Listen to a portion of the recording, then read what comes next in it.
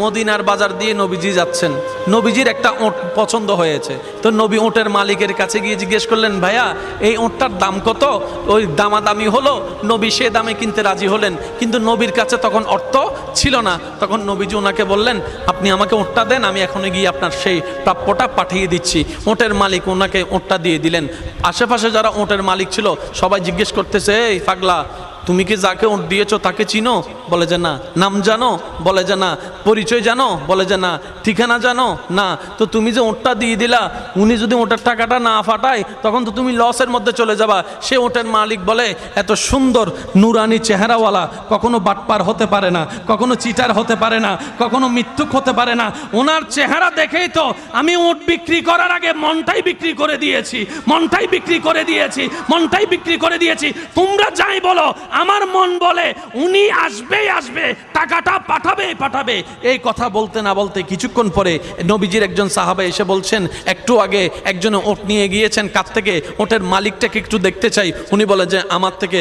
তো উনি বললেন, আমাদের নবী আপনার থেকে ওঁটটা নিয়ে গিয়েছেন, ধরেন ওঁটের টাকাটাও দিয়েছেন, আপনাদের খাবার জন্য কিছু খেজুরও হাদিয়া পাঠিয়েছেন, খেজুরও হাদিয়া পাঠিয়েছেন। ওই ওঁটের মালিক বলে, ভাইয়া টাকাটাও রাখেন, খেজুরটাও রাখেন, আগে আমাকে ওনার কাছে নিয়ে যান। আমি ওঁট বিক্রি করি নাই, আমার দিলটাই বিক্রি করে দিয়েছি। ওনার চেহারা মোবারক দেখে আমার মনটাই পাল্টাই গিয়েছে, আমি কালিমা পড়ে মুসলমান হয়ে যেতে রাজি আছি। সুবহান।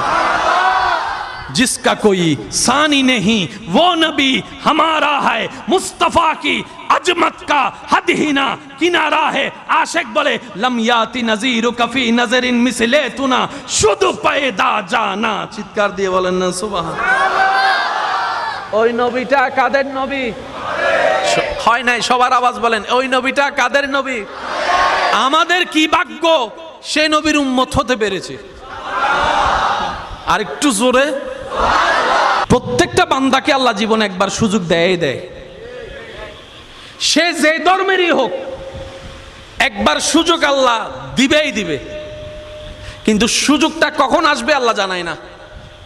তো সেজন্য ওয়াকুনু মা সাদিকিনের আয়াত আমল করতে হয়।